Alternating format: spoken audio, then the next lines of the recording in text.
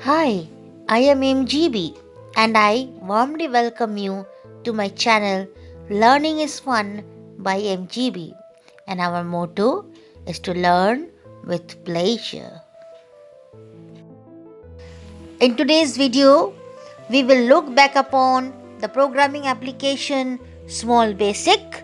Furthermore, we will focus on conditional statement. So let's have a look. Hello students. Today we will discuss about conditional statements or the branching statements. Now these are the statements that are required while writing programs. So first let us understand what you mean by conditional statement or branching statement. The conditional statements are used to make decision based on certain condition. And why it is called branching statement? Because a program decides which statement to execute based on the result of the evaluated condition. The basic syntax of conditional statements. Now here I have shown you three different syntax. One is if, only if, and whatever condition is there within the if statement, if that is true, then that statement under that if part will be executed. Next comes if, then else, if and else. So here if we are including even the statement within the false part. When the condition is true, a certain statement will be executed, but if the condition is false, then another branch of statement will be, or another branch of code will be executed. And next one is if, else if and else. Means suppose there if the first condition is not satisfied, it will look for the second condition, and if even that condition is also not satisfied, means all of the condition, if there are more than one condition, okay, maybe there are 2-3 conditions to be satisfied. So if all of the conditions are not satisfied, then ultimately it will go to the else part. But before that, it will go on checking the conditions and then it will execute accordingly. Suppose there are two conditions. Now in the first one, if the first condition is true, then the statement under the if branch will be executed. But if the first condition is false but the second condition is true, then the code written under the else if part will be executed. But if none of the condition is true, then the code written under the else part will be executed. So that is if then else if. So we will be looking through each of them individually. So today we will be looking first at if then statements. So as I told you, in if part, if the condition is true, okay, it will check if the condition is true or false. If the condition is true, then whatever statement written under the if block, it will be executed. But in case the condition is false, the program will end over there. Now we will understand this with the help of flowchart. Flowchart is a diagrammatic representation of the flow of the program, how the program will go about. Let's see. Now you can see here a small diagrammatic representation.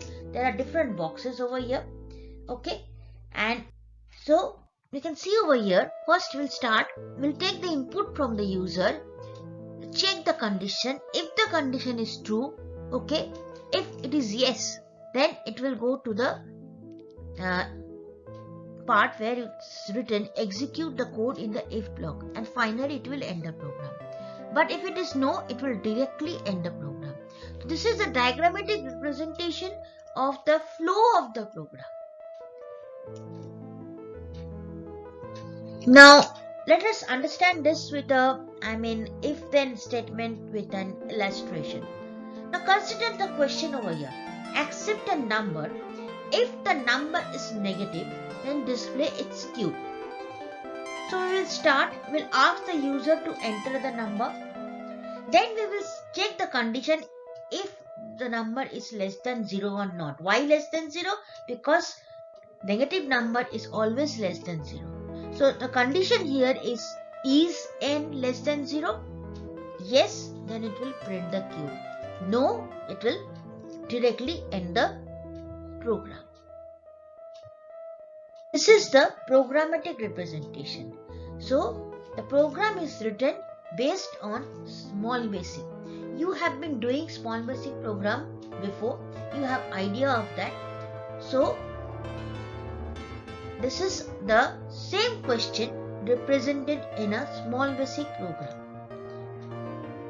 So write a program in small basic to accept a number. If the number is negative, then display its Q. So you know the syntax of small basic program. We'll write text window dot write within bracket and double quotes, enter a number. We'll input the number, we'll store the number, and then if n less than 0, we will write text window dot write line Q is plus then the result n into n into n. And finally, we'll close the if statement with end if. Now another illustration. Accept the name of your city. If it is Kolkata, then display city of joy. So again we'll start. We'll enter the name of the city. We'll ask the user to enter the name of the city. Now is the C is the variable where we have stored the name of the city. So is C equal to Kolkata? If it is yes, it will print city of joy. But if it is no, it will directly end the program. This is the way how the program is going. First, it will start the program. It will ask the user to enter the name of the city. It will see if the condition is satisfying or not. If the city is Kolkata or not. If it is true, then it will print city of joy. Else, if the condition is false, it will end the program. Now again, programmatic representation. Okay. So based on small basic, so write a small basic program to accept your name of your city. If it is Kolkata, then display the city of joy. Now coming to the another set of statement, that is if then else. So let's see what is if then else.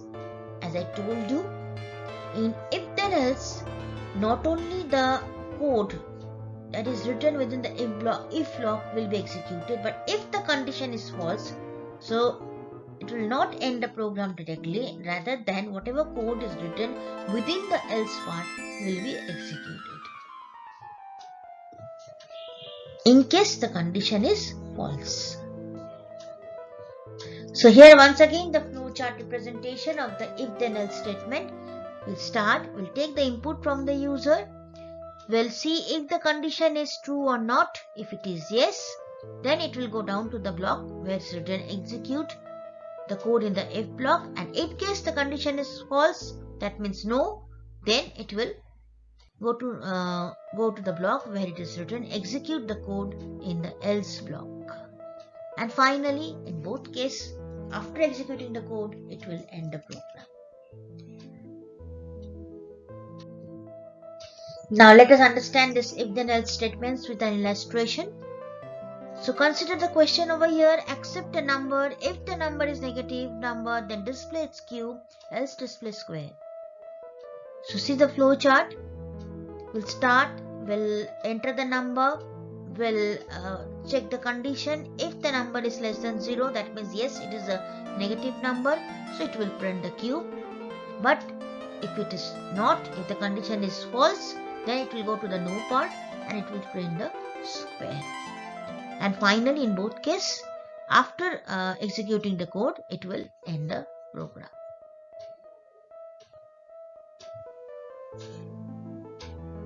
So if you remember this flow of the program, okay, based on the flow chart. Okay, if you keep this in your mind, it will help you to write the program.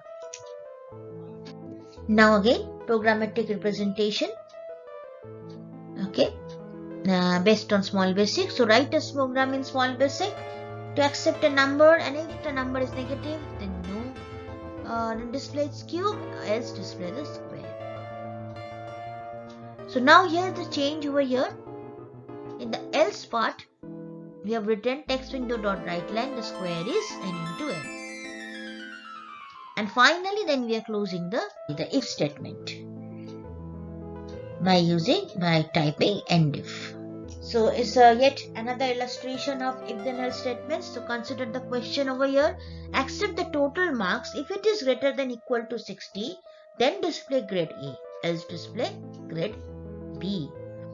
So we'll enter the total marks, we'll ask the user to input the total marks, and then we will check the condition. If the marks is greater than equal to 60, if it is true, that means yes, then it will print grade A. If no, that means if the condition is false, it will print grade B. So this is the way the program should go on, the flow of the program. And finally, again in the both case, once the statements are executed, it will end the program. Now once again, the programmatic representation based on small basic program. So you have seen here, and else part I have written text window dot writeLine grade B, and then I have closing the if statement with end if. So in my today's video, it was just the explanation of the branching statement or the conditional statement. So I hope you have understood it. It is clear to you. So in my next video, I'll be showing you how to run these programs. So I hope this video was helpful to you. Thank you very much for watching, and please like and share and subscribe my channel. Bye bye until next time.